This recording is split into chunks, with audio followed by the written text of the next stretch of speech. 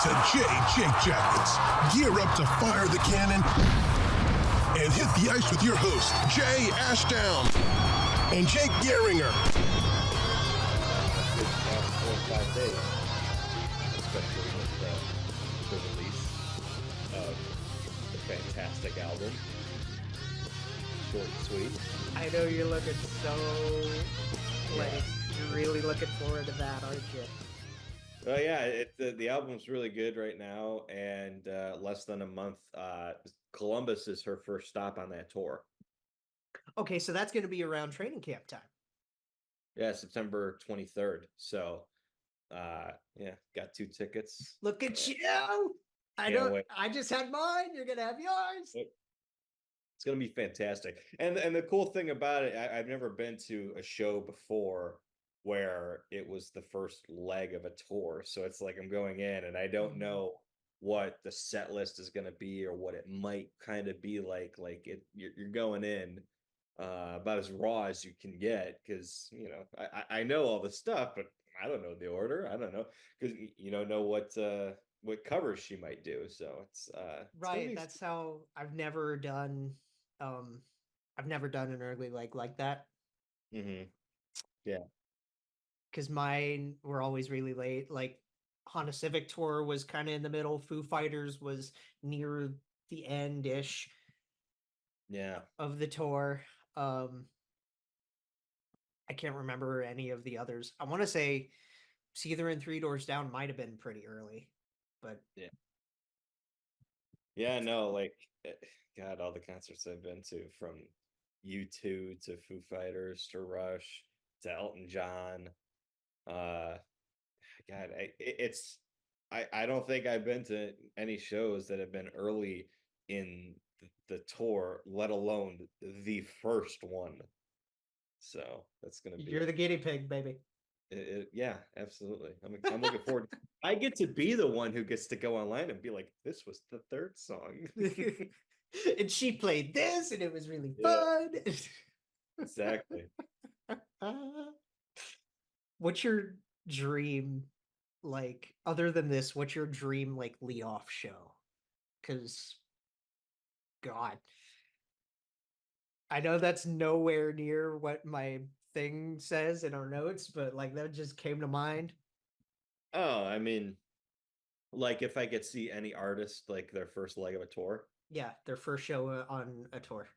It's always going to be The Weeknd, but Sabrina would be number 2. So the fact that I'm seeing my number 2 lead off for tour, so I'll take it. Yeah, I think Linkin Park would be mine, especially considering when we're recording this, we are less than 24 hours from a big announcement from these guys. Yeah. Which I'm gonna get this out of the way. We don't know what it is, because again, they're still counting this down, and they've been keeping it pretty tight-lipped. We'll know by the time this episode posts. Yes, because news always drops after we record. And when we're uploading. Yep. So we'll know what it is. People had been speculating that it's going to be a new direction for the guys, that it's, a new vocalist coming in. Some were rumored to be, like, one was Derek Whibley of Sum 41, now that they're finishing up, but Derek squashed that. We don't know. And we're excited, and we're going to support these guys either way we can. Yeah. Well, speaking of big announcements, Oasis was the big one of the big one today. I don't like those guys. Really? Some songs I like. Fair. Songs I like. Yeah. Noel Gallagher is an okay guy, from what I've heard. Yeah. Liam? Biggest asshole in the world. I'm just say that right now. He's the biggest asshole in the world. And Elon Musk exists. Yeah. I admittedly don't know a ton. I'm not anti-Oasis. I'm not like the biggest Oasis guy though, but I saw the announcement and then I saw people freaking out and I was like, man, it seems like Oasis is a little bit bigger than I thought they were. Well, they're also like, they were a pretty big indie band in the 90s, and I think that's it. It's just the timing, because I was born in 99. Yeah. and I was 97, but I went through those history of rock classes and Yeah. got to learn all that kind of stuff. Plus, I was raised on all that stuff, the early 2000s, the 90s. Yeah, That's what our parents raised me on. Yeah. I was definitely raised on 80s, 90s, early 2000s, Right. and then acquired my taste for the current music to add to my arsenal over time. And that was a great way to start this podcast. Good I know little August opening. but we always talk about music on this podcast. Good little August opening, don't you think? I think so. Especially because we're actually weirdly getting news in August. We're getting hockey stuff and moves. Yeah, God bless the Columbus Blue Jackets for actually giving us some news in August. And the St. Louis Blues and the New York Islanders, it's all the blue. It's all the blue teams. There's some orange and blue in there, sometimes some orange, but sometimes a little bit more orange. Thank you, Flyers, I guess. Yeah. So, but here's one thing I do want to lead off with. Yes. This number of episodes is 148. Do we want to lead with a guest announcement, or do we want to wait? I think we keep it. Keep it like Lincoln Park. Keep it a little under wraps for now.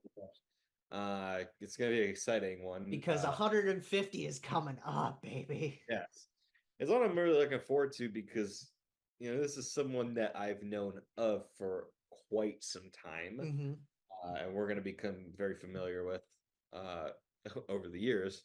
So it's fascinating to me. Leave your guesses in the comments section because we never ask for the YouTuber stuff, like the likes, the shares, the comments. That's something that we should do more often because that gives us actual engagement. Yes. But yeah, leave your guesses for number 150 in our comments. Resubscribe. Unsubscribe, resubscribe, yeah. Keep doing it over and over again. I don't think that actually helps, and I'm sure we've said that before. Yeah. But yeah, do the YouTube stuff and leave your 150 guesses in our comment section. And obviously share the episodes and all that fun stuff. Especially share 150 when we get there. Yes.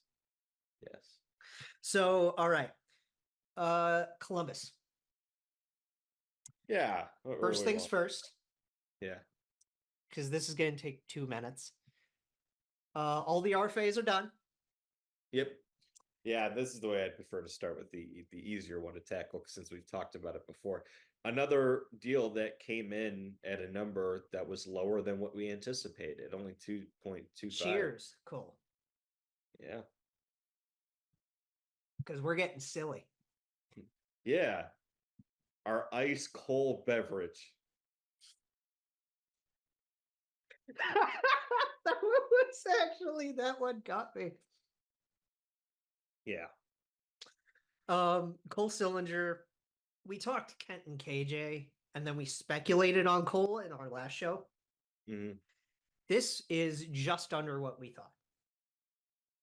Yeah, I kind of thought that it could go to 3 years, but it didn't. But I'm not too torn up about that. We got good on the term. We both guessed 2. Yes, I did think that there's a chance it could go. I would have preferred for it to have gone to 3, but I'm not going to complain about 2. Bridge deal was always the way to go. Yeah, 2.25 for a total of 4.5 over the next couple of years. Yeah, I like the deal. And the good news is we have a fair bit of cap space to work with. Fair bit of cap space to actually sign wingers and defensemen, maybe. Yeah. Well, who knows? Here's the thing. Maybe they brought in a defenseman. Maybe they brought one in. Maybe they shipped a forward out. I don't know. So just one thing on Cole. Yes, we talked about this with Kent and Monty in the last show. We now have a definitive 4 centers. Yes. Monahan, Fantilli, Cole, Corrali. Yes. And eventually, at some point in the near future, you'll get Caden Lindstrom in there, which Side is note, I hope he's okay because he's nursing a back injury and could probably miss some training camp time. yeah, back injury was something that I think we knew about a few months ago, but we didn't know the extent to it. So I Right. wasn't surprised to see that. What I always say, go the cautious route. He's a young player, go the cautious route and do what's going to be best for him long term. He'll be fine. Especially because he was just picked. Yes. And we know that, he's probably going to just take another junior season. Yeah, and that's the way to go. So that's allows us to be patient because, we know where he's at in his development. He's a fresh pick. Yeah, fresh pick. Let him get healthy. Let him go back to juniors. You keep a year on the ELC in that way. It's a shame that he is going to miss like some prospect tournament stuff, some training camp. Yeah. Huh. But would have been brutal. Hey, prospect tournaments have always gone great for the Blue Jackets. Look at last year. Traverse City has like always been a fun thing for us to cover. Yeah. Especially when you got a head coach that might not make it much longer than Traverse City. Okay. Hopefully this one does, and I think he will. I think we could rely on Dean Emerson to actually stay this time. Yeah. Oh man. So you mentioned defenseman. Yes. Something that we had been keeping in the back of our minds for a while is Patty. Mm-hmm. And I think that's where we should start with it, is Patrik Laine himself. Well, yeah, because I mean, with all due respect to Jordan Harris, and I'm excited about him coming here, this is the Patrik Laine trade. Yeah, like this is, it's been the lingering story. Yeah. Montreal fans get excited. You got a really, really good player. You got a really great guy. There's a lot to be excited about. I have a buddy who's a big Montreal fan, and we talked about the deal. It obviously comes with risk. Mm-hmm. Patrik Laine is a very expensive player. He's almost at $9 million against the cap. He is now the Canadiens' most expensive cap hit. Yeah, I believe it because Suzuki's on a really good deal. So I fully believe that. But Laine, we've obviously talked a lot about him, but the thing that's interesting for the Canadiens is like he is their most expensive player, but he's only under contract for 2 years. So there's two kind of ways of looking at it, where it's like, if this doesn't work, it's not the end of the world because it's only 2 years. If it does work, he's expensive, and if it works, he's going to become more expensive. Right. So when we talk about the inherent risk, I would say like right up front that's probably one of the bigger risks is double-edged sword. You want it to work, obviously. Right. You want him to be a great Canadian, but if he's a great Canadian, you're going to have to pay him in a year. Right. Likely, if you want to try and keep the price a little bit lower, if you wait too long, you might be looking north of 10. So now that the cap is like 88 million, still. And what, aren't we going to get another increase over the next couple of years? Yes. Like now that we're back in the swing of things, we should be seeing cap increases more often, right? Yeah. This is it's hard to analyze because I don't want to say it's necessarily low risk, high reward for the Canadiens. There's a degree of risk with it because they're shelling out almost $9 million of their cap hit to this. Mid risk. Like, granted, you get a second round pick for taking on his massive contract, but the reason that you got that second round pick is because there's no retention. Right. So that's where I think most people look at this from the Blue Jackets perspective. And, obviously, if you're just looking at sheer value, giving up a second round pick. We're shaving off $9 million off our cap, and yeah, get a sixth. Just looking at it from the perspective of you gave up a second-round pick and a guy who can get you 30 goals for a third-pair defenseman. Like, no, that doesn't look good on paper. But when you apply the context, you got rid of almost $9 million against the cap without retaining any salary. That's impressive. Right.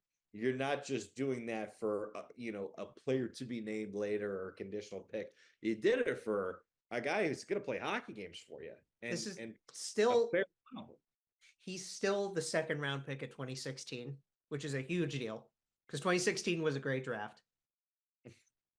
Most things considered. Yeah, the Patrik Laine draft. And 30 goals in a bad year is, I think, the caveat there. Right? Yeah. Because you got to remember he's got an injury history. Yes. Unfortunately enough. But even though he's got this injury history, he still provides point per game play in shorter years. Yes. We've talked extensively about him, and we're gonna probably repeat some of the same points that people have heard before. But if you're new to this, or if you're a Montreal fan looking for a perspective on Patrik Laine, we've praised him for how he's rounded out his game, which has been I think one of the successes in the Patrik Laine era of Columbus was that we got to see a guy work on his defensive game and improve in that area. Become more than just a pure goal scorer. Yeah. But at the same time, the Canadiens, I'm not saying that the Canadiens are looking at him and saying, hey, please, for the love of God, go back to being a one-dimensional player. They're not going to say that. But no. Paul's got to be a goal scorer. He's got to score. He's got to score some goals. He's got to put the puck in the net. I know we all like Cole Caulfield. Cole Caulfield is the greatest 30 goal scorer who has never scored 30 goals in a season in the National Hockey League. Patrik Laine is the best 50 goal scorer that's never scored 50. Yeah. He's the best 40 goal scorer who has scored 40 once, but did it like 7 or 8 years ago. And we're all still convincing ourselves it's going to happen again. So like Caulfield, isn't there yet. I think he can get there because I believe in his talent. But dude, put Cole and Patty on the same line with Nick in the middle. Honestly, I'd put him with Kirby Dach or put him with Kirby. I was gonna say that's a big line. That's a big line. Really all three of those boys are huge. Yes. So I actually think that those games would complement each other pretty well. So that's personally what I would do. Though I will say, like, what? Slav, maybe Kirby, because like if there's one thing that we know about Patrik Laine, he does not use his size. No, and not physically, he doesn't. He definitely tries to use it in other ways with the reach of his hand. This is it with the reach, and sometimes with protecting the puck, and maybe with some of the moves he makes creatively with it. But in terms of maybe giving off a hit or trying to protect himself, he's, for a big guy, he's never used his frame in that manner. Right. And all three of those guys are at least 6'3", 6'4". Slafkovsky, I want to say, is 6'4". I think Laine is 6'4", 6'5", and I think Kirby Dach is 6'3". Laine 6'5". Yeah. That's kind of wild that... Wait, is Slafkovsky bigger? He's probably more built than Patty is, but, like, I don't know. Yes, Slafkovsky is 6'4", so I was right. Like, but right. And he uses his body more than Laine does, and I think he uses it more effectively than Laine does. Slav will throw a hit. Yeah, definitely. Well, it's interesting. Like, you look at the Canadiens, and like the first thing that I look at is like, I don't think this is a playoff team, nor should that be the expectation. They're still building this thing up, but a lot of what we're looking for this season from the Canadiens is legitimately just health. Can Laine stay healthy? Can Dach stay healthy? Mm-hmm. That's a big one. That's a huge one. Has to stay healthy. Matheson was another big one they lost last year on the back end. Yeah, and they you know, he's not a number one defenseman, but he's been called on to be their number one defenseman. So when they lose him, they have somebody who's also super not a number one defenseman who has to step up in that manner, and they're not going to have Jordan Harris. So like the Canadians are going to be probably porous defensively at times. You know, super Carey Price is not walking through the door to save the defense. But I like Sam Montembeault. I like him too, but you know, Sam Montembeault. He's no Carey Price, but like I like his game. I like him. I think he's solid, but as good as I think he is, he's not that level that makes up for a bad defense like a Carey Price could. So, you know, the big thing for the Canadiens is if you're not going to be a playoff team, we want to see steps. But the big thing is stay healthy and score some fucking goals this year. You got to score some goals. Oh, yeah. Patrik Laine is good enough, even when he's not healthy, to give you a 30-30 season in 60-some games. Yeah. Yeah.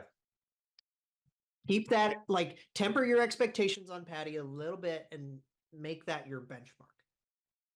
Yeah, definitely. If he can get to at least 30 goals this season, I'm not even looking at the point tally. If he can get 30 goals, it's a success. It's a success. As long as he can get to 30 goals this season, I believe that's a success for the Montreal Canadiens. But I do look forward to when they play the Leafs and the Canadiens fans jokingly bring back the Laine Matthews feud. Oh boy. That'll be fun to watch. Well, because he's been gone from the Atlantic for so long. Yeah. And gone from just playing in Canada for so long. Yeah. So it's an interesting thought experiment, right? Especially now that they share a division and they will get to play each other way more often. Yes. Yeah. I did like what they were able to do with his number because 29's retired. Like 90% of numbers in Canadians lore. I'm thankful he had 92 to his disposal. Exactly, right? So like just being able to swap it is cool. Yeah, that's typically the way that a lot of players will go. Either that or they'll do like the math thing, like, oh, my number was 27, but that's not available, so I'll wear number 9. You know, like right, like I'll wear 7. Yeah. I don't know. I think it's nice that he was able to just swap it, and he's apparently been able to handle the Montreal media so far, which is really good. Well, I mean, he played in Winnipeg. I know it's not the same as Montreal, but you know, it's not like he's unfamiliar with it. With having a thick skin about media narratives.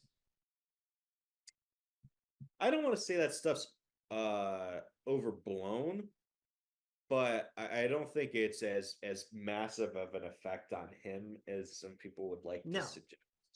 And I also think that, you know, just given the circumstances and what we know about Patrik Laine, there's going to be a lot of people really trying to lift this player up. So as they should. In the early stages, if he can get off to a good start and have a good foundation, I think he'll be just fine in that regard. And as they should, because this is a guy who needs, you know, not necessarily pampered in the media, but like, you know, he's a good guy and a great player that deserves good stories about him. Yeah. He's had a tough go of it. I mean, he went from a locker room and an environment in Winnipeg that was not great with Blake Wheeler and Mark Scheifele to going to Columbus where there was just so much turmoil. You know, John Tortorella leaving, and then Brad Larson comes in, and it's just kind of a free-for-all shit. It's just kind of a mess. They signed Johnny Gaudreau, and everybody's thinking, oh man, Patty and Johnny is going to be a big thing. And everything is just it's a disaster. You know, Brad Larson's a terrible coach, and he gets fired, and then They hire Babcock happened. God, that was just such a horrific decision. Ugh. And you have to go to Pascal Vincent, and Pascal Vincent is not the answer. And he was just wasn't ready. And then on top of that, in the midst of all that, scattered around, and in particularly littered last season, are injuries and the Rasmussen hit. Like it just the Rasmus Anderson hit. Like it's a bit of a shitstorm for him. Like he needs a fucking break. I hope that he still loves his time around the Columbus community that he's had. He said that, yeah. Because he said that plenty. I don't doubt that he loves the Columbus community. Most players who leave Columbus have nothing bad to say about the city, unless you're Jeff Carter. But like at the end of the day, he needed out of the organization, right? And there's a reset happening with the Blue Jackets organization, and it's easy for you and I to get excited about that reset. This is a guy who's only got 2 years left on his deal. I don't think he wants to hitch his wagon to a reset when the last few years have been so tumultuous. Right. It's better to just get out of Dodge and try your luck somewhere else. That's better for him. Yeah. For sure. And I think it's better for the Blue Jackets too. They give themselves a lot of cap space by making this move. Right. From that perspective, I get it. And I mean, like we say this all the time, like don't let the fandom get too foggy for you, right? Yeah. The rose-colored glasses or whatever. Right. But like, God, imagine what he could do if we just under this new regime. Imagine what could happen with Patrik Laine. Yeah. There's. I'm not going to lie to you. Part of me was wondering if we would see him play for the Blue Jackets at the start of the season, right, when it like they couldn't get a trade done. And part of me was like, well, who knows? Maybe he starts the season with us, and maybe under Dean Evason things change. Maybe he plays well. Maybe he stays healthy, and maybe he has a change of heart. But I don't blame him, and I'm not upset that he said I don't want to start the season here. I would rather move on right now, right? Just get it over with. Yeah, especially with how it had just been lingering throughout the summer. Yeah, just rip the Band-Aid off. Rip the Band-Aid off, and man, Don Waddell, I think he deserves a lot of credit for being able to pull this off without having to retain any salary, without having to give up a first-round pick. Obviously second-round pick, that's good value, but in getting Jordan Harris, I think that makes a fair bit of that value, because it also gives you some flexibility on your blue line with the future of some of your defensemen a bit unknown as well. So talking about Jordan in just a second, I do want to ask you favorite Patty moment, because that dude had some moments. He did. Honestly, the one that I remember was, I don't know if it was a hat trick or if it was just the second goal of the game. The Blue Jackets, this would have been the 21-22 season. So before Johnny got here, we played a crazy game against Elise. It was like 5-4 or 6-5, and he had the winner in overtime where like he shot it between a guy's legs. And Campbell just didn't see it, and he was just all over the ice all game. That was one of those moments, like watching that game, I was like, this dude his raw talent is just unbelievable. Right. I think for me, it has to be what I consider his best goal as a Blue Jacket. Yeah. This was after Johnny. This was post acquiring Johnny. Yeah. But this was just nothing but Patrik. This coast to coast goal. I want to say it was Tampa. Yeah. Tampa or Chicago. But he just goes total end to end and says, I'm doing this myself. I think that was Chicago. The one where he fell over and we're wearing the thirds, and you know the one I'm talking about? I do. Yeah. That's probably his most iconic goal as a Blue Jacket to me. Yeah. Because that just showed you that things were changing within Patrik Laine to say, you know, I'm more than just, you know, OV 2.5. Yeah. Because he went all the way behind the net, down towards, cut through, and just did it all himself. Yeah. And that was a really special goal to me. Yeah. And, obviously the contract didn't end up being a good one because we had to trade out of it. But right.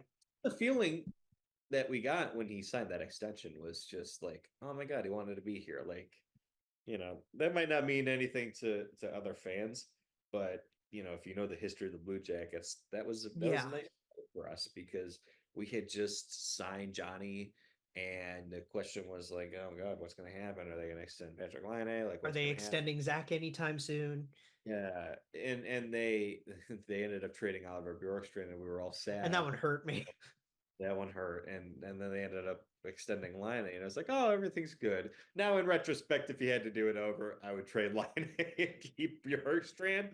But hindsight is only 20 on that. So what can you do? So Jordan Harris, really quick, and then we're gonna, and then we're gonna get into some DraftKings fun, and then move on to everything else. Jordan Harris, mainly third pairing guy. He's a really young kid. Yeah, young guy. A lot of Canadiens fans have said that they believe that he has second pair potential.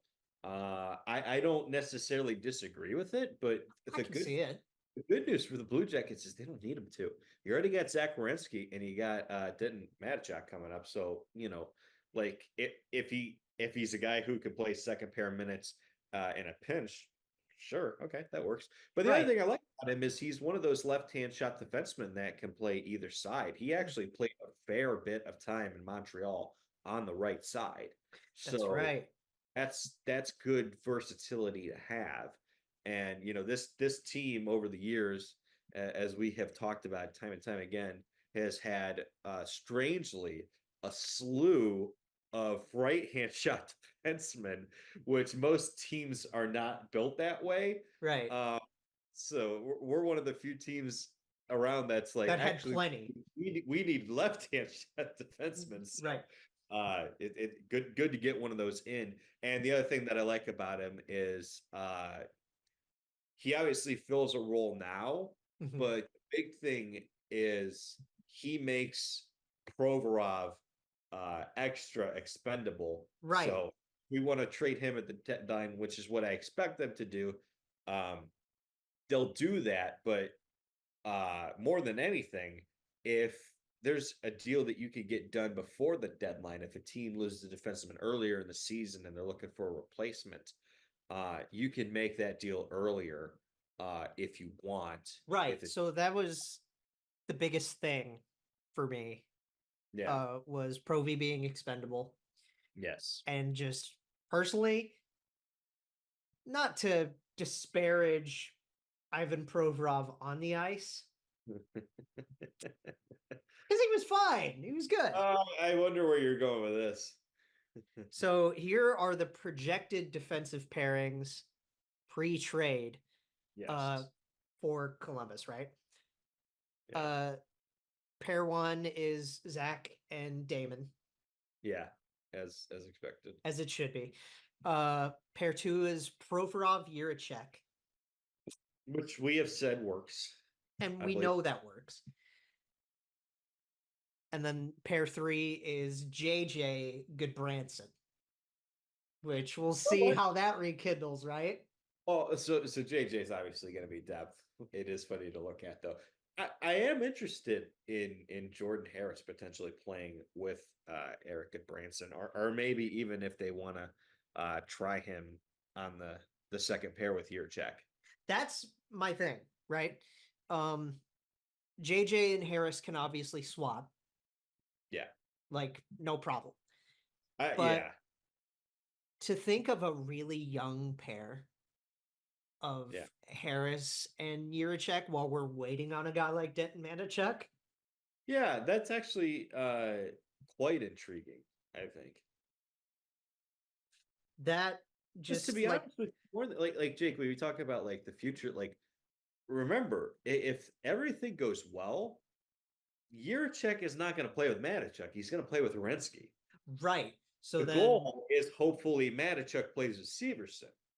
right. You got a Jordan Harris who can, fill in really either spot and play with maybe a Severson sometimes, maybe with a Jiricek sometimes, maybe with a Branson sometimes. Like what I love about this deal and bringing in Jordan Harris is he instantly, in my opinion, becomes the most versatile defenseman on that blue line. Exactly. You could put him anywhere. You can play him with just about any defenseman. You can play him on the left side. You can play him on the right side. You can play him third pair. You can play him second pair. Ideally, you don't really want to play him first pair. No offense. Right, but we'll see what happens with Zach and Sivo. Like, we know they had their issues last year. Yeah, I don't anticipate he's going to get too many chances to play with Zach Werenski, but to name any other defenseman on the roster, I could see him playing with. Oh yeah. So like that's one thing I really like about this for the Blue Jackets is it's you get a big plug and play guy, right? Much needed versatility. Big plug and play style with Jordan Harris. Yeah. It was funny because weren't we expecting jokingly either Josh or Savvy to come back? Texting Alex and I was like, if this is this is purely a cap move, I'm like, if it's bad contract for bad contract. Yeah, Andy coming back. If Andy was coming back and he was like, Jay, I'm hearing that could be a possibility. Oh, and then I threw out Savvy and you just lost your mind. Oh my God, because I forgot that he was even fucking there. Yeah. He's been there a long time. And he was with us for a long time. And he won that cup with Tampa. He won that cup with Tampa, and he won a couple awards with us, I think. He at least got some recognition for some stuff, right? Maybe in the community. Maybe like a King Clancy type thing. I don't know. I feel like Savvy is one of those really underrated guys that we had. Oh yeah, that didn't get his flowers until after he left. In his prime, he was definitely one of the more steady, underrated defensemen that you could play on your second pair. That doesn't get much recognition, but it's just talk. That's how I felt about Gabby when we had we have a slew of those guys. Savard, Gavrikov, in his prime, he was bearded Dylan DeMello. God, that beard. Yeah. It's one of the best beards in the whole friggin' league. Because there's nothing obnoxious about that beard. It's really just a beard, but it's a good beard. But it's a nice thick beard. It's a good beard, yeah. Anyway, there's something beautiful about where we're at in August, even though we still have some time before hockey. Because there's still sports everywhere. There's only 2 days out of the whole year without it. Yes. Plus, we just had the Olympics. Geez, wouldn't that make every day? Yes. And the Olympics were great. And you get the dog days of August in the NHL. It seems like every year it's just a drag of okay, up until this year. Yeah, and then this year it's no, everything's happening in August. I mean, we had RFA offer sheets. We'll get there. We had a lot going on. So do we want to get right into it? But we know that because we have stuff going on almost every day of the year, almost every day is game day at DraftKings Sportsbook. Yes. Super easy for first timers to get started. You just bet on a team to win. Mm-hmm. It's as simple as that. You go to the app, you select your team, and you place your first bet. One thing I'm not going to provide actual gambling advice, but maybe not the White Sox. Yeah. It's like I said to you, if you try to bet on the White Sox, it just comes up with the number. That's really weird, right? Like, because it's funny. I saw this chart of teams since the All-Star break, and neither of our teams are doing that great. We're both Oh just a my few God, the Guardians are awful right now. They Reds are. are a couple of games under 500. Guards are like 2, 3 games under 500 Oh, since. dude, they're so streaky. It's So just agonizing. here's the problem with the White Sox, right? I know that their record is abhorrent. 31 and 101. Yeah. Yeah. I did not know that they only have 4 wins since the All-Star break. They are 4-30. So if you bet on them to win, guys, that'll get you something crazy. So one of my favorite follows on Twitter. Do you follow Jay Kuda? I don't follow Jay Kuda.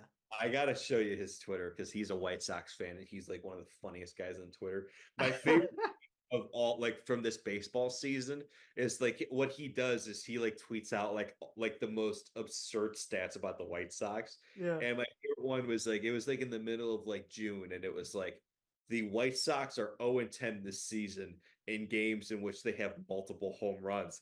Currently up 4-0 in the eighth inning against Seattle. They had 2 home runs, and then literally 37 minutes later, he tweets again, update, they lost 8-4.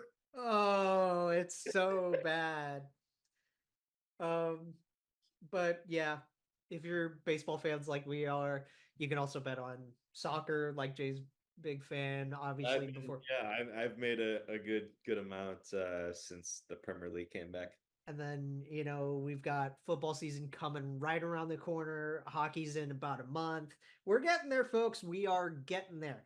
And if you're new to DraftKings, you got to check this out. New customers bet $5 and get $150 in bonus bets instantly. It's the simplest thing when you sign up. So all you got to do, and bear with me because this is always the best part of the part of the ad read. I'm bearing. Download the DraftKings Sportsbook app now and use promo code THPN. That's code THPN for new customers to get $150 in bonus bets instantly when you bet just $5. Only on DraftKings. The crown is yours. Gambling problem? Call 1-800-GAMBLER or visit www.1800gambler.net. In New York, call 877-8-HOPENY or text HOPENY 467-369. In Connecticut, help is available for problem gambling. Call 888-789-7777 or visit ccpg.org. Please play responsibly. On behalf of Boot Hill Casino and Resort in Kansas, 21 plus, age varies by jurisdiction. Bonus bets expire 168 hours after issuance. Deposit and eligibility restrictions apply. See terms and responsible gambling resources at dkng.co/base. Oh my God. Kudos, man. Do you want to like be an auctioneer or something like that? I mean, I think we've done that a couple of times. You're training for that, man. I actually was able to get a good amount of breath in for that one, which, wow. One puff, and it was off to the races. Which is funny because you can bet on horse races now. DraftKings. The crown is yours. The crown is yours. So, all right, we're going chronologically a little bit with this. We're going chronologically? Just a little bit. Did you hear what I said? Chronologically. Just wow, boo. That one was bad. That one was bad. No, you know why? Because I didn't even hear you say it like that. That's chronologically. I don't know. I thought it was a good one. Do any of these fuckers have good Wi-Fi? Oh my God! Can we talk about that for a second? Because that's why we're not talking about our Jack guy here. No, so just before we actually get into everything else, this is why we're recording as late as we are. It's like almost 8:30, and we were going to record an hour ago. we have talked both about had Wi-Fi issues. we both had Wi-Fi issues tonight. Like, I've been trying to get in touch with Spectrum. Thankfully, I got mine fixed today because I had to like reboot it on Spectrum's end Yeah. through their customer service. Yeah, that's ugh. Did you end up doing the same thing? No, I literally just unplugged it and plugged it back in. So you basically just went the classic IT route like I did the last time? All right. Yeah, and like because usually I don't have Wi-Fi issues. That's why I like when I like my thing went out, I texted you. I was like, I don't mean to laugh. I was literally laughing my ass off because I was literally like, Ugh. of course, if anything's going to delay this podcast, it's going to be Wi-Fi issues. But thankfully, it got solved on both of our ends, so we can do this. It's telling me just don't jinx it any further, especially because we're so close, dude. Yes. I'm so excited for what we got going on with 150 that I just please, hockey gods, Wi-Fi gods, please. Sabrina Carpenter, please, please, please. I need a shot of espresso after that. Oh, geez. I'm definitely like, I'm going to change my. If anything, no, I'm not. This is a joke, but like, if anybody out there actually has their Wi-Fi password set to Jackeye, kudos. Yeah. So anyway, all right. Oh. We mentioned offer sheets at the top of the ad read. Yes. Holy crap! This is the first time we've had one in a few years. Yeah, this is the first since Kakanyemi. God, this episode really seems to be revolving around Montreal, isn't it? Weird. Yeah. So the funny thing is the quote from Doug Armstrong. What was the quote? Something like, nobody told me offer sheets were illegal. Like, he just went on this diatribe. Yeah. He said, I would offer sheet my mom if I would, or my grandma. Yeah, if I would. that was the quote. He was like, yeah, he's like, if the GM was my mom, I'd still do the offer. Yeah, he'd still do it if the offer sheet was his grandma or something. Yeah, I mean, this is the creative way to do it. I mean, it's 2 bridge deals. They also made the creative trade to get their own second round pick back in That order one was to cool. the Broberg deal.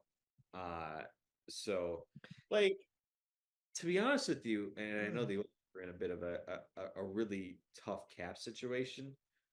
I don't think they're going to end up truly regretting the loss of Phillip Broberg that Dylan much Holloway is a little bit harder to swallow.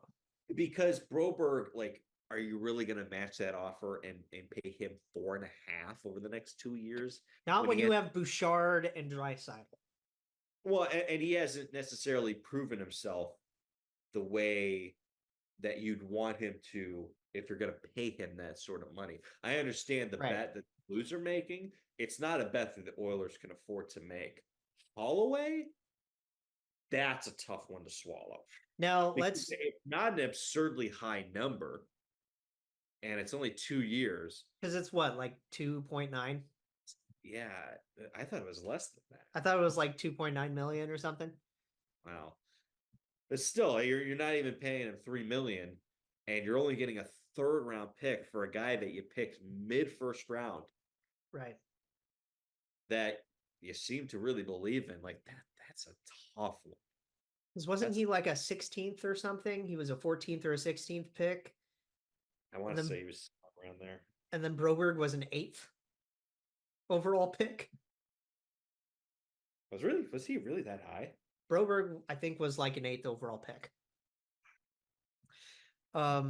So the big story behind these offer sheets being, sent out. We've talked about offer sheets before, so like, let's give people a little refresher of what they are. Yeah, because it's been a little bit.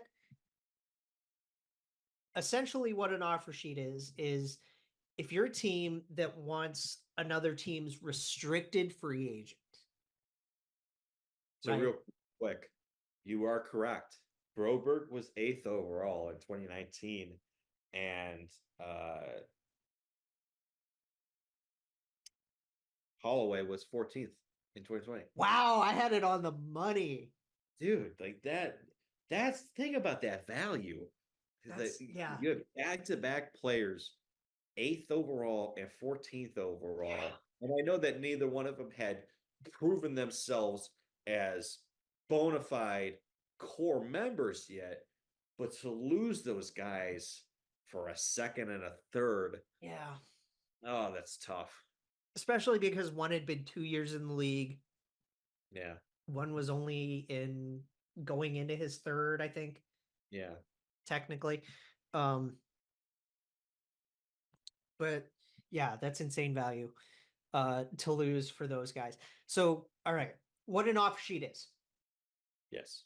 If you want another team's restricted free agent, because an RFA is under said team's control still.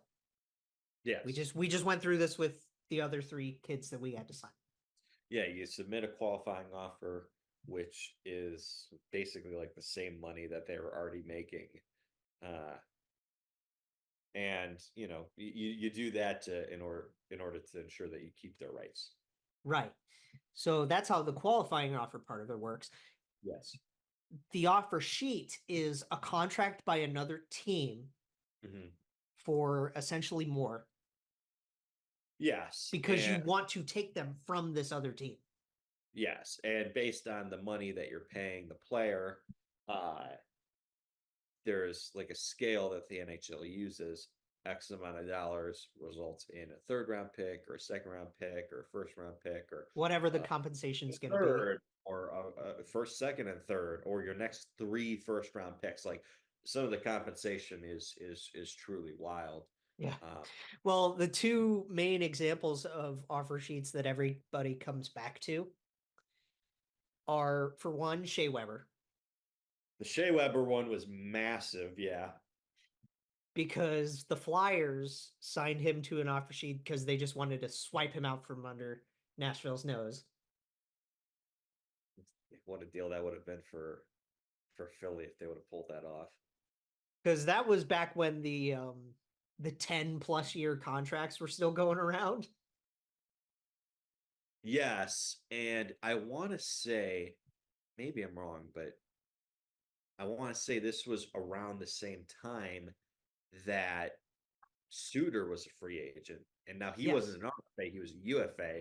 So it put the pressure on Nashville and forced them to commit to Weber.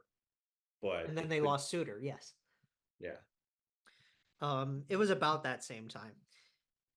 But that's the big thing, right? So they ended up signing Shea to this, like, what was it, like a 15-year? It was. Yeah, let's see if I can find it for you. But keep going. It was like a 15-year deal worth X amount of hundreds of millions of dollars. It was just an insane deal. And that's why, like, eventually, you make the Subban trade and 14 years worth more than 100 million. 14 worth, woo! Oh my God. You can see why these contracts are illegal now. Yeah. But that eventually, leads to the trade to get PK Subban and get out from under this contract, and Montreal takes him on, and then eventually he's just LTI retired at this point. Yes. The other one is the beef between our new bench boss, Don Waddell, and the Montreal Canadiens. Well, that was less Don Waddell and more Tom Dundon. Tom Dundon, yeah. Yeah. But it was still... Waddell was the one who was just carrying out the hit, if you will. It was very, very funny because Montreal offer sheets Sebastian Aho. Yes. And signs him to this contract, which, cheekily enough, the signing bonus was $20. Because Sebastian Aho wears number 20. Yeah. So that's where the that part comes in, right? Yes, and the bet that the Montreal Canadiens were making, because they signed him to a very reasonable deal, was we believe that your owner is too cheap, that he's not going to want to pay this contract. Right. Which I think was a bit of a slap in the face to Tom Dundon, and he said, "Fuck you guys," and he matched the offer sheet very quickly, and then like that next off season, like the very next year or a year after, like 2 years after, and 1 or 2 years after, Kotkaniemi, who was the 3rd overall pick, he was coming off his entry level deal as a free agent, and Carolina says, "Yoink!" says, "Hey, about that." People don't forget. It was like 1 year, 6.1 million or something like that. Yeah, it was like it was a very strange deal. So it was like, I think they had the same mindset because at the time Montreal was way down in the depths of the rebuild.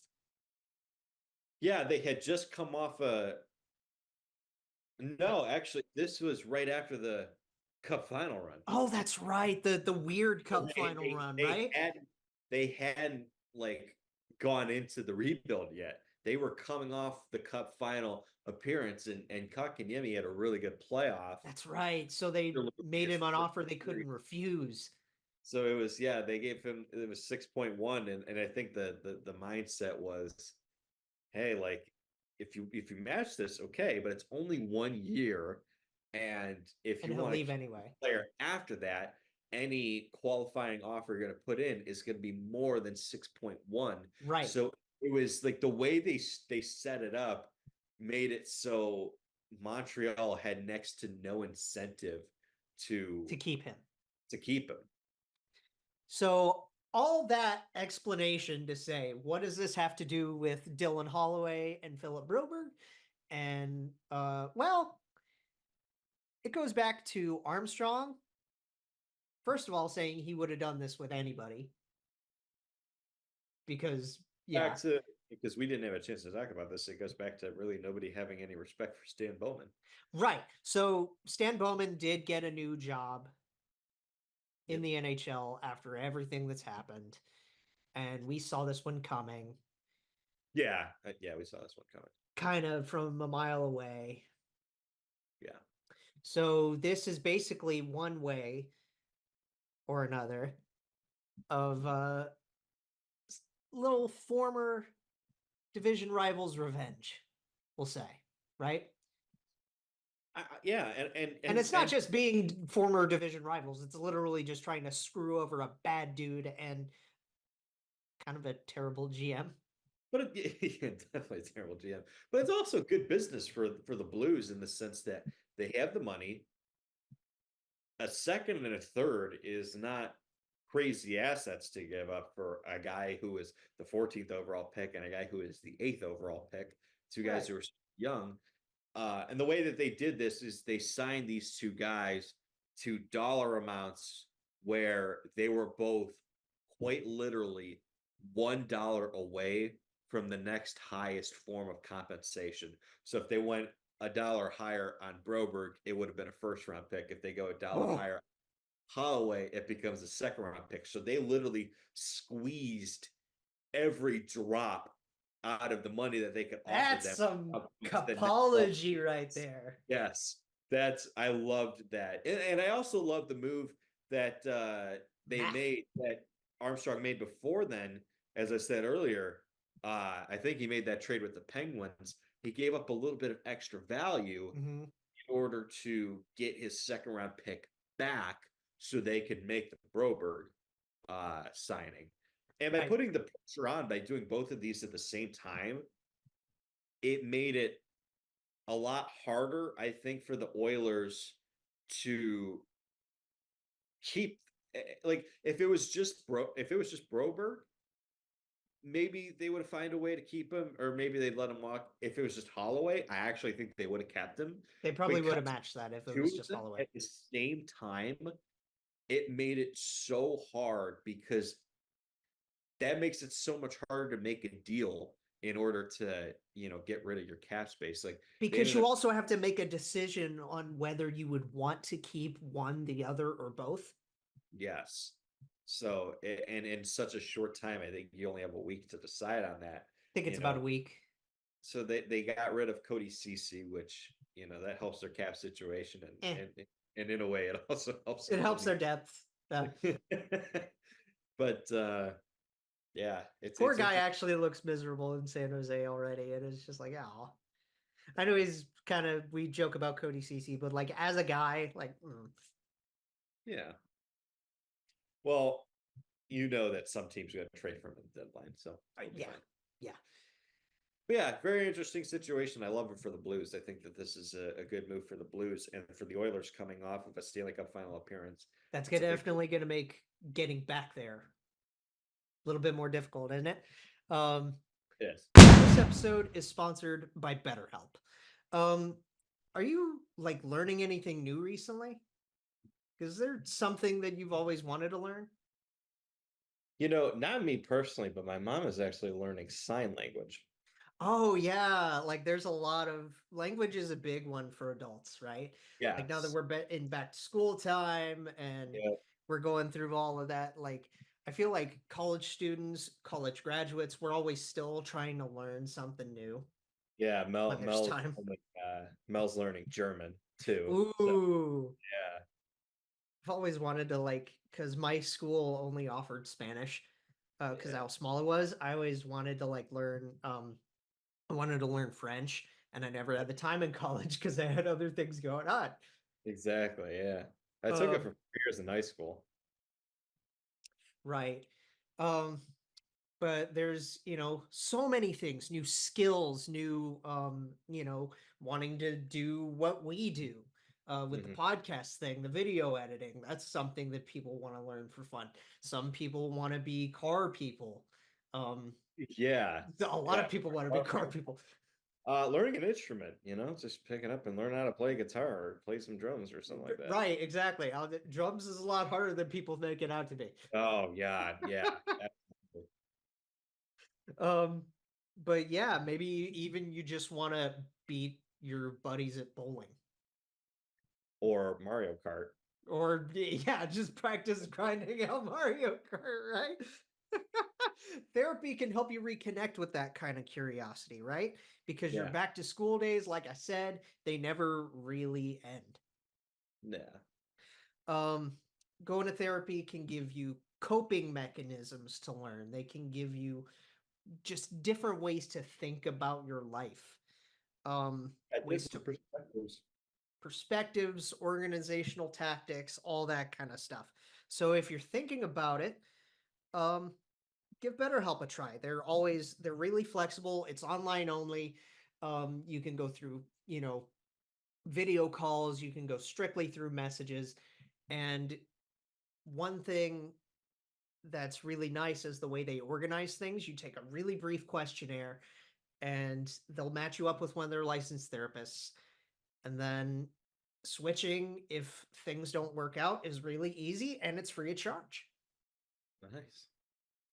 So rediscover your curiosity with BetterHelp. Visit betterhelp.com/THPN today to get 10% off your first month. That's BetterHelp, BetterHelp, HELP.com/THPN. Now to another blue and orange team, which is in the Metro. So how do I want to start this? Oh, yeah. Yeah. I forgot about this. Yeah. How do I really want to lead this off? We've talked about in the past how Lou Lamoriello has because he's the only GM in his 80s, he's very set in his ways. I don't know if that's the way I really want to set that up, but he went through all that time with the Devils and won his cups. And he has some very strange, outdated rules. It's very New York Yankees,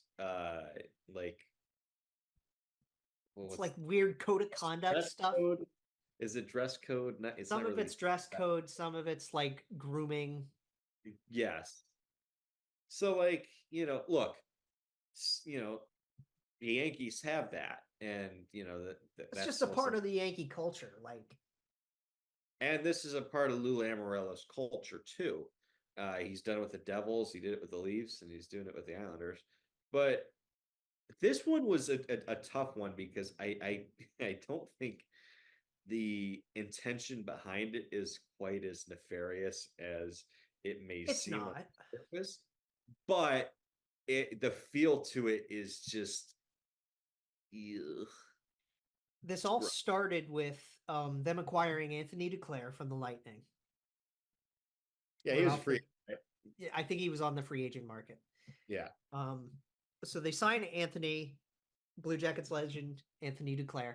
Oh, good signing. I mean, he's super fast, so that's a slow team that could really use some speed. Use some speed. Him and Barzy is going to be fun. But he posts this Instagram story. And keep in mind, Duke is a black player. Let's just get that out of the way. He's a black player. Yes, he is. Posts this Instagram story, little smiling teardrop emoji. Yeah. With scissors on the counter and dreadlocks cut all across the counter. Yeah. Now, you may not think that's a huge deal. Yeah. For a guy to just cut his dreads. Yeah. But when you take into consideration the militantly professional culture of what Lou Lamoriello does, and combine that with Western fashion and African American fashion standards. Yeah. There's a very, very huge culture clash that goes on with that, right? Yes. Yeah. There's no doubt about that. Now, don't get me wrong. Duke's gone with different hairstyles before that would work under Lou's, When he played with the Blue Jackets, his hair was a little bit.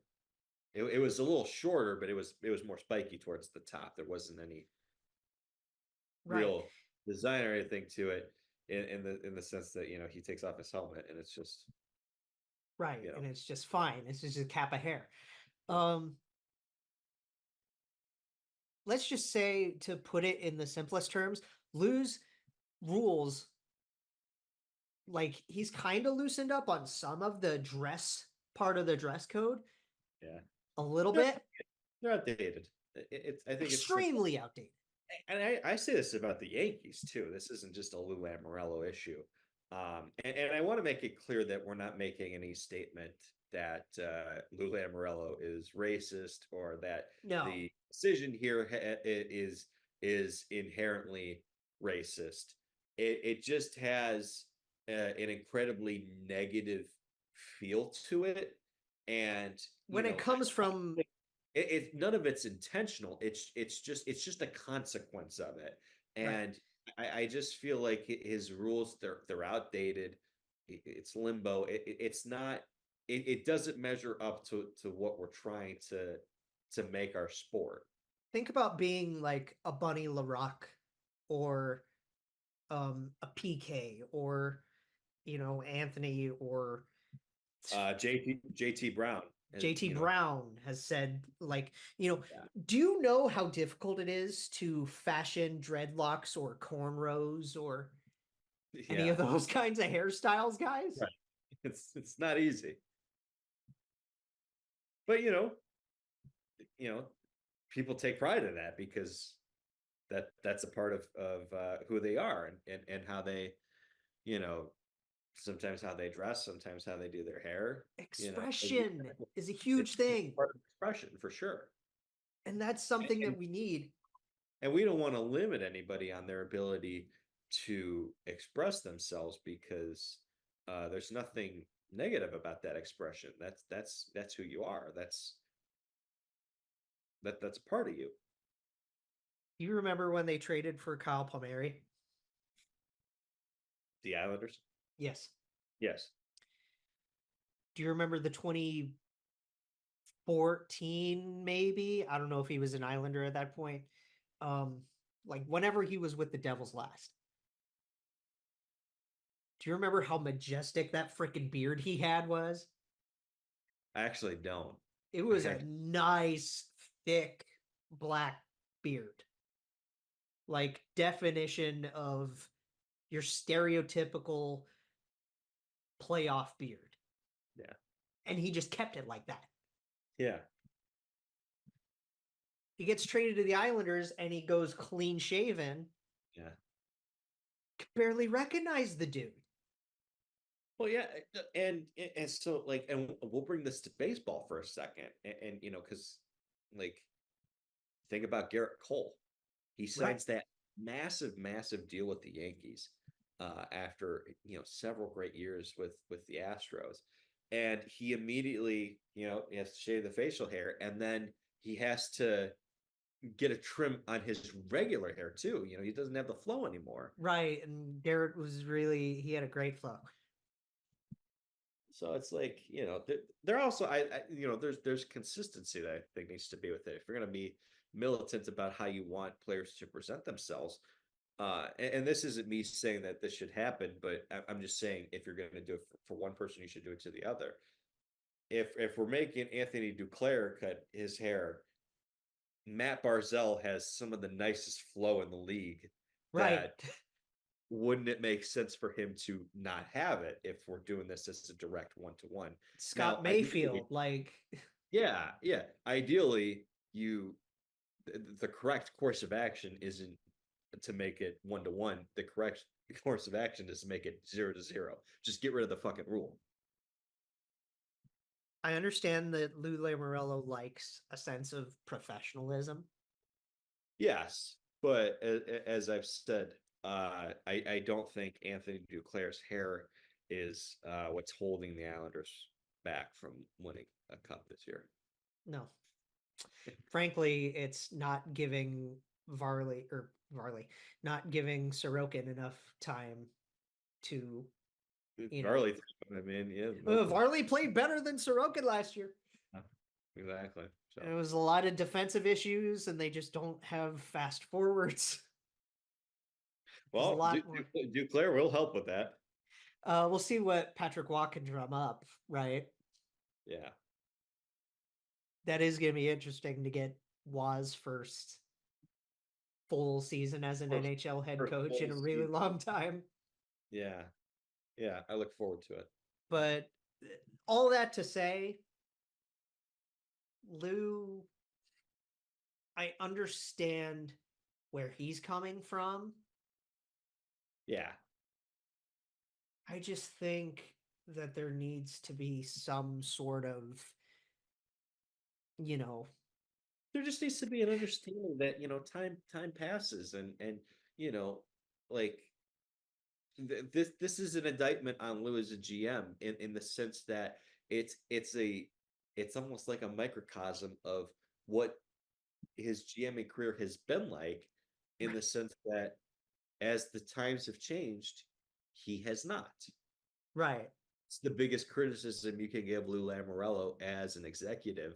And, something like this might not seem like a big deal to someone, but I think it's kind of in lockstep with if you're not willing to change your mentality over a period of time on something as small as this, then how are you going to change your opinions and how you, do things as a GM when it comes to drafting, right? Free agent signings. I wanted to briefly bring up Matt Carpenter as a Yankees example, right? Like, I know the Yankees allow for mustaches, but do you remember how huge Carpy's beard was with the Cardinals? Yeah, absolutely. And then he just shaves down to the mustache, and it's like Andrew McCutchen. Yeah. Same fucking deal when he was a Yankee. So,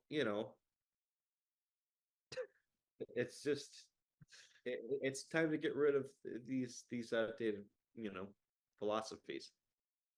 Yeah, I think we need like way more lax. Like I know he started that kind of in Toronto very briefly before he left, where he was getting a little more lax with the dress code.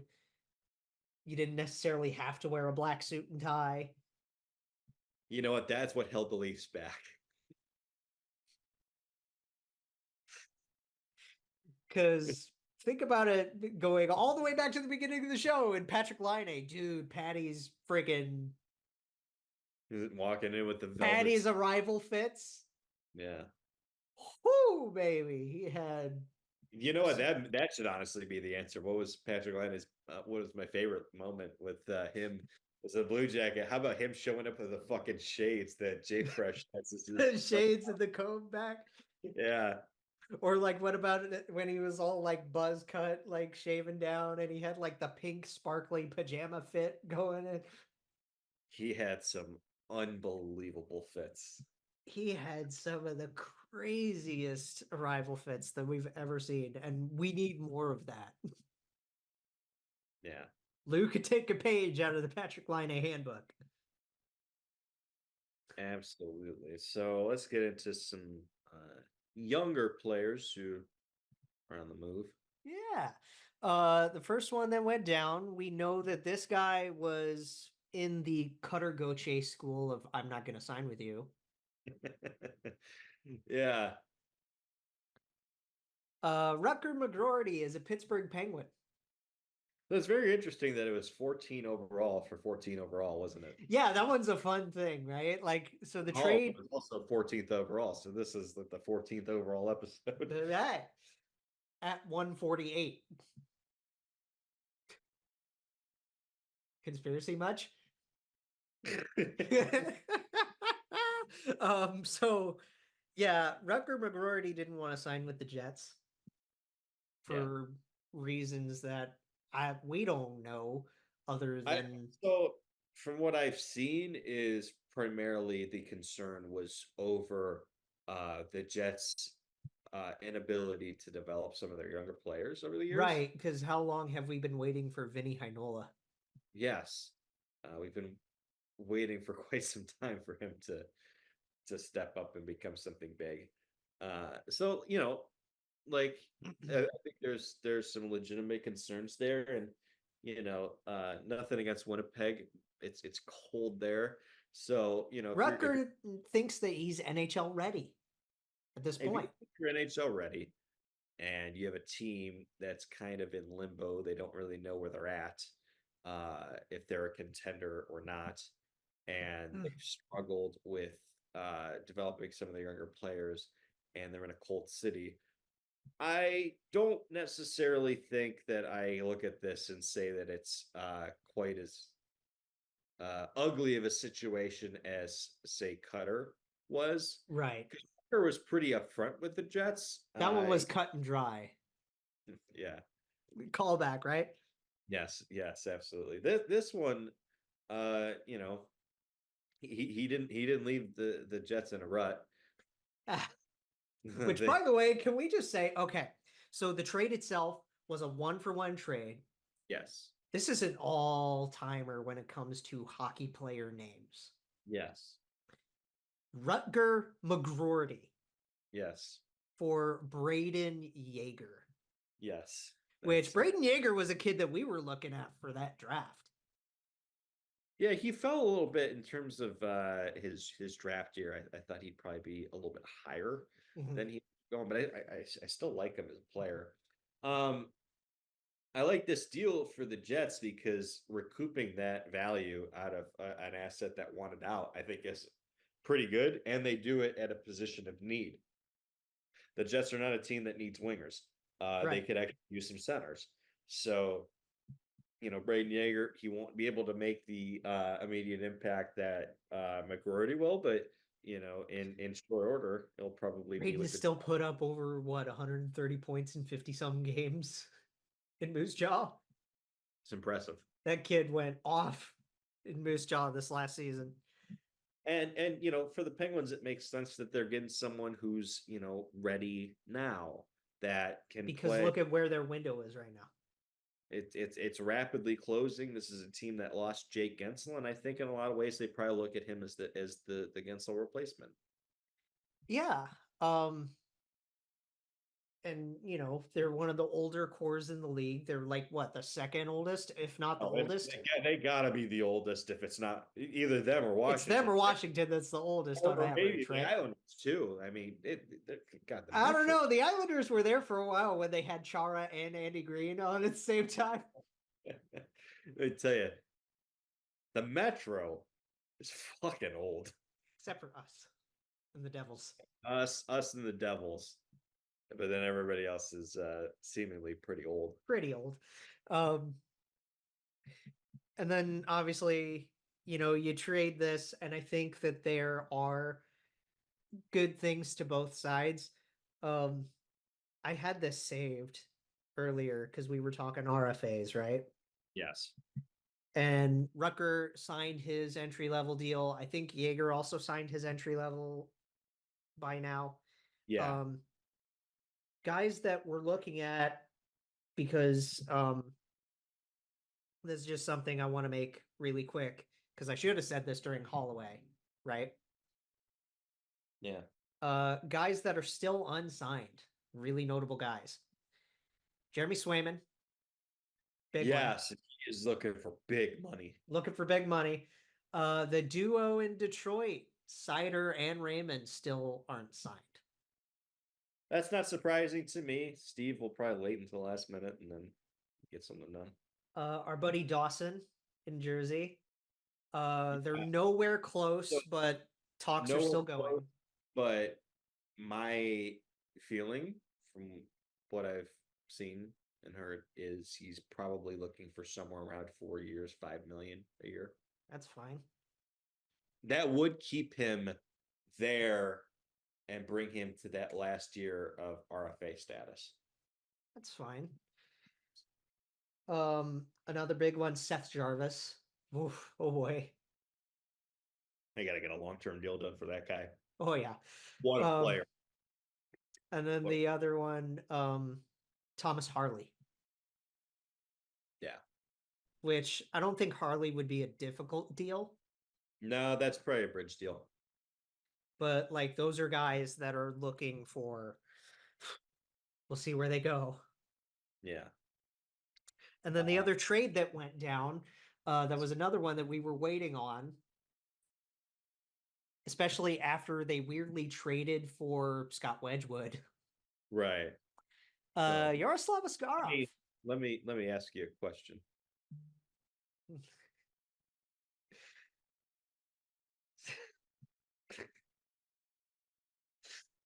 Yeah. It's good to be back, isn't it? It is. Wi-Fi did its damnedest to keep us apart, but I love you, dude. Yaroslav Askarov obviously was seen as, the next big thing in Nashville. Yes, and with the goalie market being as crazy as it's been over the years, with Igor looking for the big money that he's looking for, and Swayman looking for the big money that he's looking for, and eventually Sorokin's gonna get there. Well, Sorokin's already got his deal. Oh, does he already have that deal? That's the Islanders actually got him on a great deal. I think he's only 8.5. Ooh, that's nice. I like that. Really good deal. So I think he's got 7 years left on his deal. But so a lot of goalies, a Bob makes 10.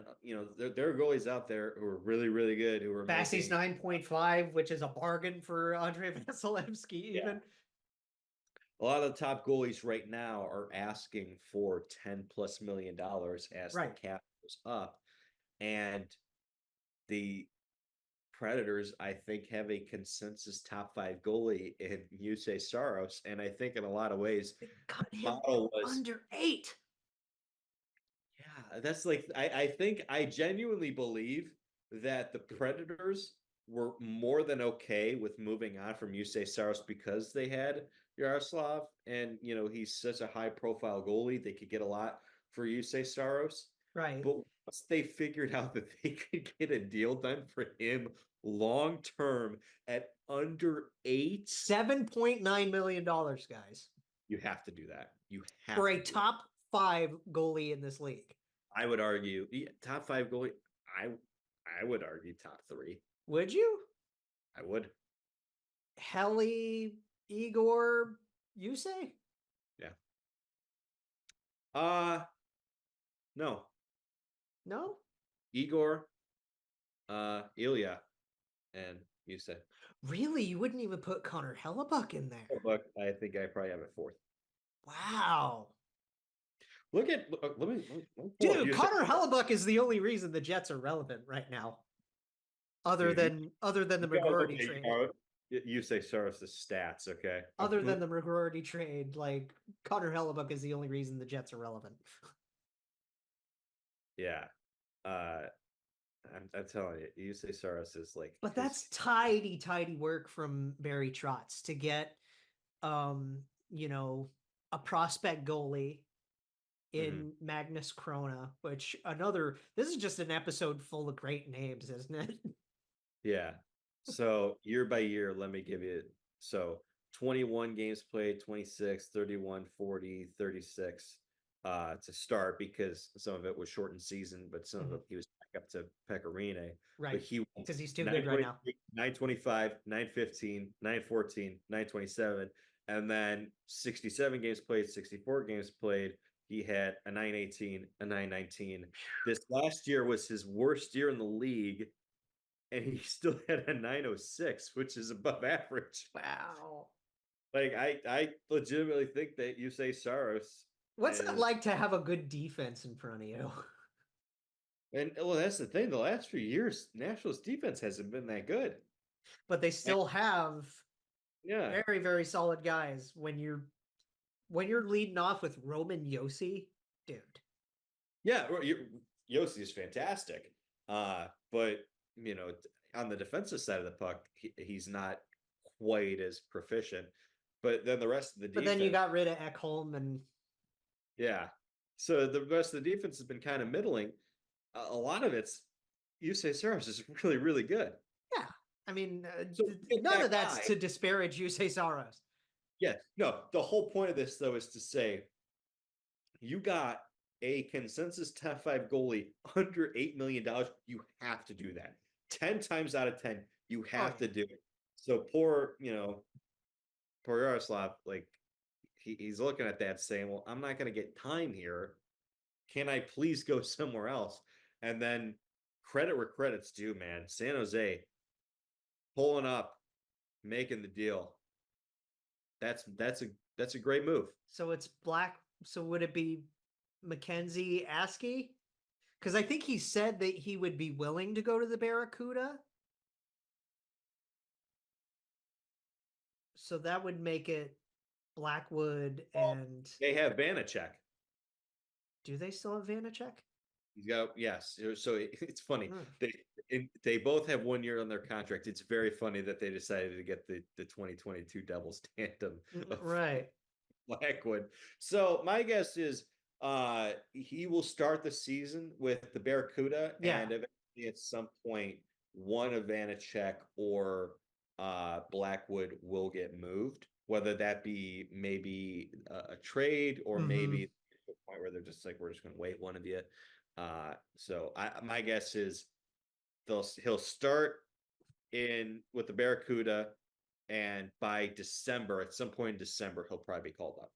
I still think the biggest monkey wrench in like that actually getting propelled forward as a deal was Barry going out and signing Scott Wedgwood, especially for 2 years. I think that second year for Wedgie is what did it in. I think that's what put a wedge between him and the Predators. Yeah. It definitely put a wedge in the asking price. Yes, it definitely. Bringing it home, baby. And, now he gets to go to San Jose with Mackenzie Blackwood. We're bringing it a full circle. And guess what? Scott Wedgwood also played for the Devils. I know. It all comes together. Didn't they? It all comes back to the Devils. Yes. Didn't they have a Blackwood Wedgwood tandem? Like they did. Oh And my God. They also on their fourth line had Miles Wood. Had Miles Wood. Yeah. So good. Oh my God, just rename them the Jersey Lumberjacks, man. It just renamed them New Jersey Viagra because they got the wood. Oh my God. I know we've had fun with this much towards the show, but we are going to pivot just a little bit because this is a bit of an icky situation. Oh God, what do we have at the end? I mean, I am going to talk about Joey Votto. Oh yeah. But before we get to one Joey, we got to talk about another Joey. Yeah. Because this was a weird contract termination. Like, weirder than usual. Yes. So, Colorado trades Ryan Johansen to the Flyers last year, and he doesn't report to Lehigh Valley because of injury concerns. Yes. So he just ends up not playing. Yes. They put him through waivers in order to terminate the contract. And now, like, due to clauses or something, like, there's some way that this could go into a legal battle, from what I've heard. Yeah. So I don't know how that works. How I unfortunately would not be able to add much to this discussion. Yeah, I don't know if this is like a Mike Richards kind of situation. Well, it's probably much different than that situation because I don't believe. I mean, the circumstances surrounding the termination of that's totally different. I don't think there's any cocaine in this one. No. But like, it's still like the fact that it's going into legal proceedings potentially. It's interesting. Yeah. This is a weird fall for our old buddy. Yeah, it's sad to see it. You know, I always loved Johansen, especially when he was in Columbus. He was the first jersey I ever got. You've told this story before. Like, you went and you just asked, and like wasn't that in the locker room too? Like, so it was at the fan event. The fan event, that's right. This was before the 12-13 season. Which was the lockout shortened season, and he actually spent a fair bit of time in Springfield, and he ends up signing my jersey, and then immediately he breaks out. So just saying, yeah, like it sucked. He was really good with the Blue Jackets, and then he was really good with the Predators. He was solid in Nashville. It fell, and it sucked to see because. I really like that player. Yeah. And then he signed it. No. Was that one a trade? So he signed the massive deal with Nashville while he was there. Yeah. I'm just trying to think of when he moved to Colorado. That was in the off season. They traded. That was a trade. It was an off-season trade though. They traded him with a draft pick and 50% retention. That's right, because that was when Barry first came into the GM office. Yeah. That's interesting. Like, I didn't even think about that. If he is getting his contract terminated, I'm curious what that does to Nashville and their retention. Do they get that? I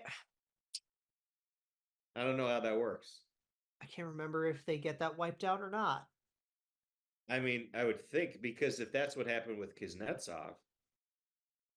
That's right, because Kuzi went through a very similar process. So if the contract is successfully terminated, it didn't go legal, but like. Right. Yeah, that was mutual because Kuzi was like, I just want to go back to Russia, so let's just get that done and over. Right. So if this does end with Nashville, or if this does end with the contract being terminated, I'm pretty certain that Nashville's going to get fucking $4 million in cap space. Or you could use that to Yeah, that's not get a enough. new. You could use that to get a new defenseman. Good, yeah. All right. Oh, they could use that for Yaroslav Askarov. So my biggest thing, though, that I'm just so confused on is how did this get to a point where it's going potentially to a legal settlement? Like, the biggest thing I can think of with this going into a settlement is Corey Perry, right? Because didn't Corey Perry go through a termination that led to a settlement? I have no idea. I think that's what happened when he I hate that I can't provide you with that input. I think that's what happened when Corey weirdly left the Blackhawks at the out of nowhere. Yeah. They suspended him and then they terminate his contract and then eventually they ended up just giving a monetary settlement. What happened with Evander Kane's contract with San Jose? Was that the same thing? Don't remember. It's tough to discuss this one simply because there's not, because we don't know if there's medical grounds to this one, or I can't think of a ton of precedent for this. That's what's really difficult about it. We don't know if this is based off of the way Flyers staff were treating his injury status or anything like that. If I had to guess, likely what the Flyers case is for contract termination is some sort of violation with the collective bargaining agreement, maybe with his But what contract. could be in the CBA under this? Oh no. That's my guess is probably a very ugly situation where the Flyers want to get out of this contract. They want their $4 million in cap space. So they're looking for some sort of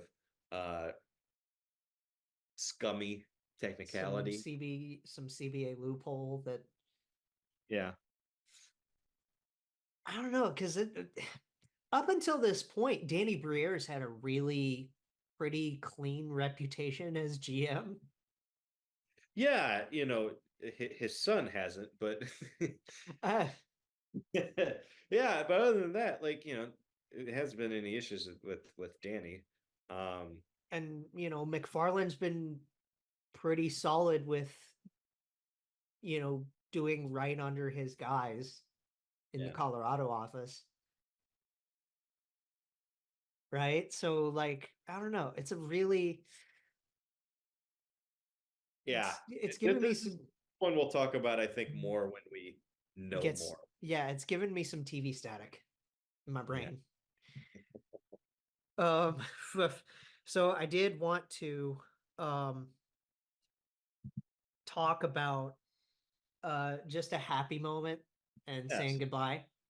Yes. Because the best personalities in sports. We've talked about a lot of really fun personalities and names tonight. This one is for someone who I just loved his entire career. And I still wish we could have done more. Yeah, a loyal player who had a phenomenal career. And it's one of those situations where you look at it and you're like, you don't want that player to leave and go elsewhere. You want the team that he's with to win with him. And it just didn't happen. But man, Joey Votto officially announced his retirement recently through his Instagram and stuff. Yeah. He was my mom's favorite player. Yeah. Called him Hotto Votto. Yeah. Because, look at the dude. Yeah. He's kind of an attractive guy. Oh, of course. One of the best senses of humor in baseball. In all of baseball. Dude, and just his career, the stat about how many times he's popped out in his career is absurd. He was one of those, especially when age 36 on, he went through a phase where he was a 3 true outcomes guy through and through. Mhm. But as he was growing into the slugger that he is and was, Mhm. he just did it with such oomph and popularity and being a Cincinnati Red through Yeah. and through. They drafted him, I want to say they drafted him as like a catcher back in 2002. Think about that for a second. They drafted him in 2002. They drafted him as a catcher, guys. And he became, along with Albert Pujols and Miggy Cabrera, one of the best slugging first basemen in his era. 44th overall in 2002. Yeah. So while he was in now, I don't know if they drafted him as a catcher, but while he was in single A, he played first base, he played catcher, and sometimes he made appearances in the outfield. Which is funny to think about the player that he is. Like, when you think about Joey Votto, it is a very funny visual to think about him playing in the outfield at one point. Yeah. Because like he's always been this like jacked dude. And he's never been known for his speed. Right. So like him in the outfield is kind of a funny visual. And he was always just talkative, personable. You can't talk about Joey Votto's career without him like as a person and a personality. One of the best personalities that baseball has had in the last 2 decades. He was always hilarious in his interviews. Hilarious in interviews, hilarious in fan interactions during games. During games. Bit of a hothead. Yes. The umpires, which was always fun to watch. He was a hothead in like the least obnoxious way. Yeah. Like there's that's almost, what like that's there's being Canadian, right? Endearing about it. You know what that's I mean? the Canadian in him, right? Yeah. Yeah. He was like always chatting with the runner. Yeah. That was one way that I think he like helped his pitchers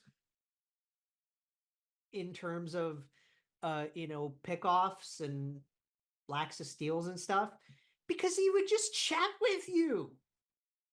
Yeah, it's a fun thing that first baseman gets to do, because that's the position you get to talk to the opposing players the most. Would just talk, and like the small talk with Joey Votto is always just like, what? One of my favorite on/off field things that Joey ever did was getting Zach Cozart a donkey for his birthday and for his all-star selection. That is awesome. Because he was like, vote Zach Cozart, I'm getting him a donkey. And you got to see the donkey at the ballpark, and it was amazing. It was just so Joey. Yeah, he put his whole ass into that gift. And then my favorite Joey thing ever was the bromance that he had with Brandon Phillips. Oh yeah. Yeah. Like he had a lot of great chemistry on and off with his teammates. Him and BP were tied at the hip. That was like 10 years. Special duo for sure. That was an extremely special duo. And that reminds me a lot of when, Ellie's first year, just a couple of years ago. He brought that childlike innocence back to Joey. Yeah. right? Because, Joey's like 45, or he's 40. Yes. He just turned 40. You make me feel so young.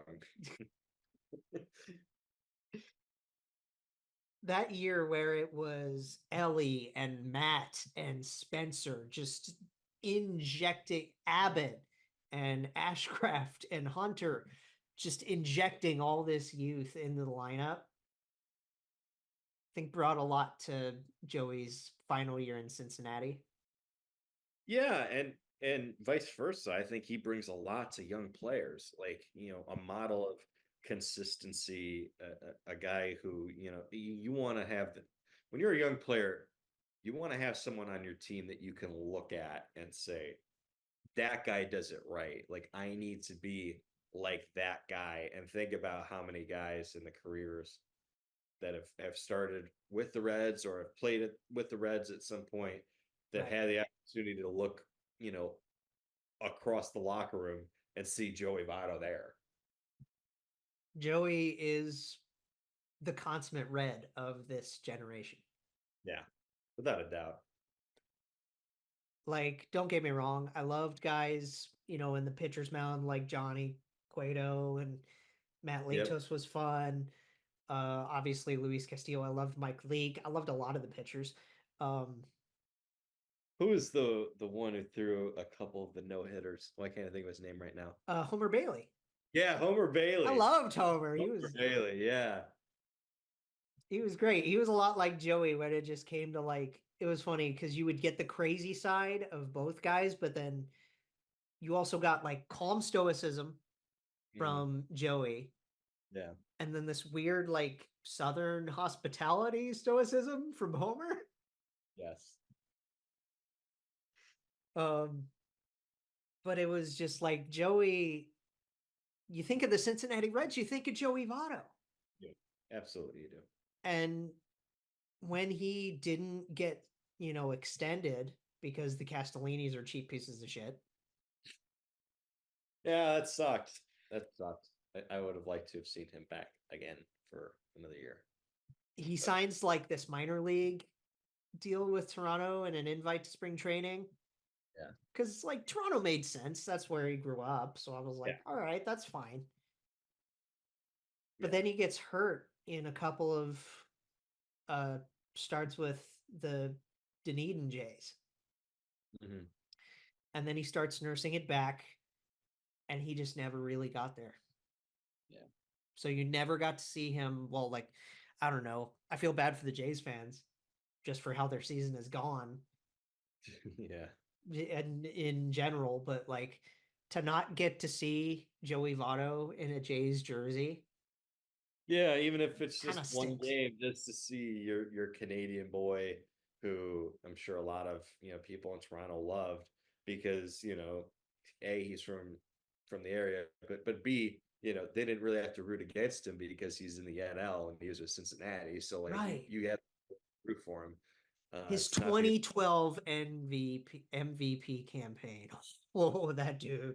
That peak between 2010 and 2012. That was the chance. Yeah. That was the time. And they couldn't do it.